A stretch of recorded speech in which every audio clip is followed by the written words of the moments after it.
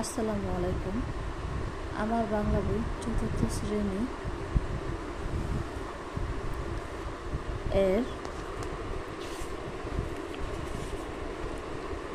মহিষী রোকেয়া এর সমাধান দেখব। ১ নংয়ে রয়েছে শব্দগুলি পাঠ থেকে খুঁজে বের করি, অর্থ বলি এবং বাক্য তৈরি করে লিখি। জমিদার, বন্দি, চিলেকোঠা, স্নেহ, স্বাধীনতা, প্রতিষ্ঠা, লেখালেখি, সমাজ, অধিকার, লড়াই, নারী জাগরণ, অগ্রদূত, মহিষী, চিরস্মরণীয়। এখানে শব্দ অর্থগুলো রয়েছে। জমিদার ধনী ব্যক্তি, যিনি বহু জমি ও বিষয় সম্পত্তির মালিক। বন্দি, আটক, চিলেকোঠা, বাড়ির ছাদের লাগোয়া ঘর, সিঁড়িঘর। স্নেহ, ভালোবাসা, প্রেম, স্বাধীনতা, মুক্ত, নিজের ইচ্ছা মতো কিছু করতে পারা। প্রতিষ্ঠা, তৈরি, লেখালেখি, লেখা এবং রচনা। উন্নতি, কিছুটা খারাপ অবস্থা থেকে ভালো অবস্থায় যাওয়া। সমাজ, আমাদের চারপাশে পরিবেশ, মানুষ। অধিকার, দাবি, পাওনা জিনিসের উপর দখল নেওয়া। লড়াই, যুদ্ধ, সংগ্রাম, নারী জাগরণ, অধিকার সম্পর্কে মেয়েদের সচেতনতা। অগ্রদূত, যিনি পথ দেখান, সবার আগে আগে চলেন। মহিষী, মহান যে নারী, চিরস্মরণীয়, সবসময় যাকে মানুষ স্মরণ করে মনে রাখে। বাক্য তৈরি।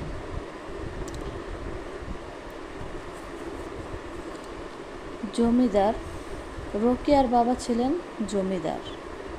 বন্দি, আগেরকার দিনে মুসলমান মেয়েদের ঘরের মধ্যে বন্দি থাকতে হতো। চিলেকোঠা, শিশুটি ভয়ে চিলেকোঠায় লুকিয়ে থাকত। স্নেহ, বাবা মার স্নেহ সন্তানের জন্য খুবই প্রয়োজন। স্বাধীনতা, সেকালে মেয়েদের স্বাধীনতা বলতে কিছুই ছিল না। প্রতিষ্ঠা, রোকেয়া কলকাতায় স্বামীর নামে একটা প্রাথমিক স্কুল প্রতিষ্ঠা করলেন। লেখালেখি, স্কুল প্রতিষ্ঠার পর রোকেয়া শুরু করলেন লেখালেখি। উন্নতি, মেয়েদের অংশগ্রহণ ছাড়া সমাজে উন্নতি হয় না। সমাজ, সমাজে বসবাস করতে হলে কিছু নিয়ম মানতে হয়। অধিকার, অধিকার আদায় করে নিতে হয়। লড়াই, লোকটি জীবনের সঙ্গে লড়াই করে কোনো রকমে বেঁচে আছে। নারী জাগরণ, নারী জাগরণের অগ্রদূত হলেন বেগম রোকেয়া। অগ্রদূত, নারী জাগরণের অগ্রদূত হিসেবে রোকেয়া স্মরণীয় হয়ে থাকবেন। মহিষী, বেগম রোকেয়া একজন মহিষী নারী, চিরস্মরণীয়। নারী জাগরণের অগ্রদূত হিসেবে রোকেয়া চিরস্মরণীয় হয়ে থাকবেন।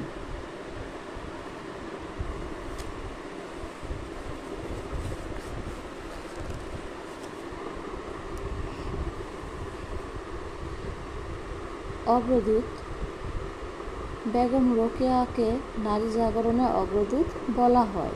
অধিকার, রোকেয়া মেয়েদের অধিকার প্রতিষ্ঠার জন্য লড়াই করেছিলেন।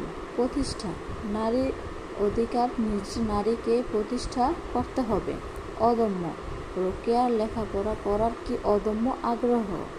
অবরোধ, অবরোধ মানে বাড়ির নির্দিষ্ট গণ্ডির মধ্যে আটক থাকা। এক কথায় প্রকাশ, এই লেখায় রোকেয়ার লেখাপড়া করার কি অদম্য আগ্রহ এরকম একটা বাক্য রয়েছে। এই বাক্যে ব্যবহৃত অদম্য শব্দটির অর্থ হচ্ছে যে কোনো কিছুতেই দমে না। শব্দটি একটি বাক্যাংশের সংক্ষিপ্ত রূপ। এরকম আরও কিছু শব্দ শিখি। অনেকের মধ্যে অন্যতম। জানার ইচ্ছা, জিজ্ঞাসা। আকাশে চড়ে যে খেচর, বিদ্যা আছে যার বিদ্বান, ভাতের অভাব যার হাবাতে, যে মহা যে নারী মহিয়সী। যুক্তবর্ণ দেখি ও যুক্তবর্ণ দিয়ে গঠিত শব্দগুলি পড়ি এবং লিখি। জ্ঞান গ গ জ, উন্নতি নয়ন ন যোগ ন, জ্ঞান বিজ্ঞান অজ্ঞান, অন্য ভিন্ন নবান্ন। বাম পাশের বাক্যাংশের সাথে ডান পাশের ঠিক বাক্যাংশে মিলিয়ে পড়ি ও লিখি। রংপুরের পায়রাবন্দর গ্রাম অবরোধ মানে বাড়ির নির্দিষ্ট। রাত গভীর হলে ভাইয়ের কাছে 16 বছর বয়সে মতিচুর অবরোধবাসিনী ও পদ্মরাগ রোকেয়ার বিয়ে হলো। তার লেখা বইগুলো হলো মহিয়সী রোকেয়া, নারী জাগরণের অগ্রদূত। শুরু হতো তার জ্ঞানার্জন গণ্ডির মধ্যে আটকে থাকা এর সমাধান। রংপুরের পায়রাবন্দর গ্রামে রোকেয়ার জন্ম। অবরোধ মানে বাড়ির নির্দিষ্ট গণ্ডির মধ্যে আটকে থাকা। রাত গভীর হলে ভাইয়ের কাছে শুরু হতো তার জ্ঞানার্জন। রোকেয়ার বিয়ে হলো 16 বছর বয়সে। তার লেখা বইগুলো হলো মতিচুর অবরোধবাসিনী ও পদ্মরাগ। মহিয়সী রোকেয়া, নারী জাগরণের অগ্রদূত। 6. বেগম রোকেয়া কোথায় জন্মগ্রহণ করেন? বাড়িতে লোক এলে রোকেয়া কোথায় কোথায় লুকিয়ে থাকতেন? লেখাপড়ার বিষয়ে রোকেয়াকে কে কে সাহায্য করতেন? ঘ. রোকেয়া কখন পড়াশোনা করতেন, কিভাবে করতেন ও সেকালে মেয়েদের অবস্থা কেমন ছিল? চ. রোকেয়াকে কোন নারী জাগরণের অগ্রদূত বলা হয়? ছ. নারী শিক্ষা কেন প্রয়োজন তা বুঝিয়ে লেখ। প্রশ্ন উত্তর সমাধান। ক.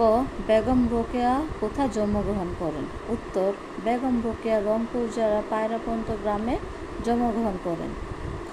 বাড়িতে লোক এলে রোকেয়া কোথায় কোথায় লুকিয়ে থাকতেন? উত্তর: বাড়িতে লোক এলে রোকেয়া কখনো চিলেকোঠায়, কখনো সিঁড়ির নিচে, কখনো দরজার আড়ালে, কখনো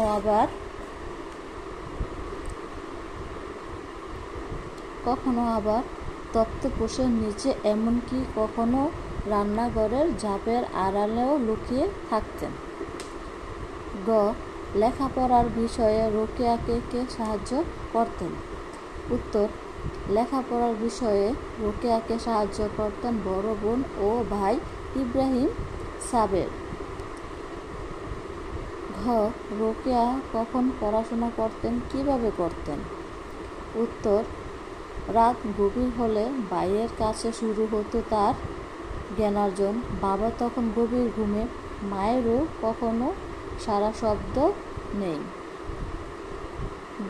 সারা বাড়ি নির্জন। মোমবাতি জ্বালিয়ে রোকেয়া বই খুলে বসতেন। সারা রাত জেগে জেগে তিনি পড়তেন। লুকিয়ে লুকিয়ে এভাবে পড়া শিখছেন রোকেয়া। সেকালে মেয়েদের অবস্থা কেমন ছিল? সেকালে মেয়েদের কঠোর পর্দার মেনে চলতে হতো।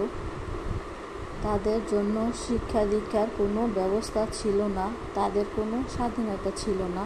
মেয়েরাও যে পড়াশোনা শিখে কিছু করতে পারে সে কথা কেউ ভাবতেই পারতো না। সবচেয়ে বেশি বাধা আসতো ছেলেদের কাছ থেকে, বাবার কাছ থেকে। খুব অল্প বয়সে তাই মেয়েদের বিয়ে দেওয়া হতো। চ. রোকেয়াকে কেন নারী জাগরণের অগ্রদূত বলা হয়? উত্তর: বেগম রোকেয়া গভীর দৃষ্টিতে উপলব্ধি করেছেন যে সমাজে ও দেশের উন্নয়নের জন্য নারীদেরও শিক্ষা অর্জন করতে হবে। তাই তিনি নারী শিক্ষার জন্য বিদ্যালয় প্রতিষ্ঠা করেন, বিভিন্ন লেখালেখি করেন। তার প্রেরণা নারীরা শিক্ষা ও স্বাধীনতার পথ পায়, তাই তাকে নারী জাগরণের অগ্রদূত বলা হয়। ছ. নারী শিক্ষা কেন প্রয়োজন তা বুঝিয়ে বলি। উত্তর, নারীরা সমাজের অর্ধাংশ। নারীকে বাদ রেখে সমাজ চলতে পারে না। সমাজে উন্নতির জন্য পুরুষের পাশাপাশি নারীদেরও শিক্ষিত হতে হবে। নারীকে নিরক্ষর রেখে সমাজে উন্নতি সম্ভব নয়, তাই নারী শিক্ষা প্রয়োজন। 7. স্বামীর মৃত্যুর পর রোকেয়া কি কি কাজ করতে শুরু করলেন তা সংক্ষেপে লিখি। উত্তর, রোকেয়া স্বামীর মৃত্যুর পর কলকাতায় স্বামীর নামে মেয়েদের একটা প্রাথমিক স্কুল প্রতিষ্ঠা করেন। মুসলমান মেয়েরা পিছিয়ে থাকার কারণ নিয়ে তিনি বাংলা ভাষা শুরু করলেন লেখালেখি। তার লেখা কয়েকটা উল্লেখযোগ্য বই হল মতিচুর, অবরোধবাসিনী ও পদ্মরাগ। 8. রোকেয়ার জীবনী থেকে আমি কি শিখলাম তা সংক্ষেপে লিখি। রোকেয়ার জীবনী থেকে আমি যা শিখলাম তা হলো, কঠোর পরিশ্রম ছাড়া জীবনে উন্নতি করা সম্ভব নয়। শুধু নিজের কথা ভাবলে হবে না, দেশ ও সমাজের কথা ভাবতে হবে। নিজের অবস্থান থেকে দেশ ও সমাজের উন্নয়ন করে যেতে হবে। সমাজ এখনও যেসব কুসংস্কার আছে তা দূরীকরণের কাজ করতে হবে। সবার অধিকার নিশ্চিত করার জন্য কাজ করতে হবে।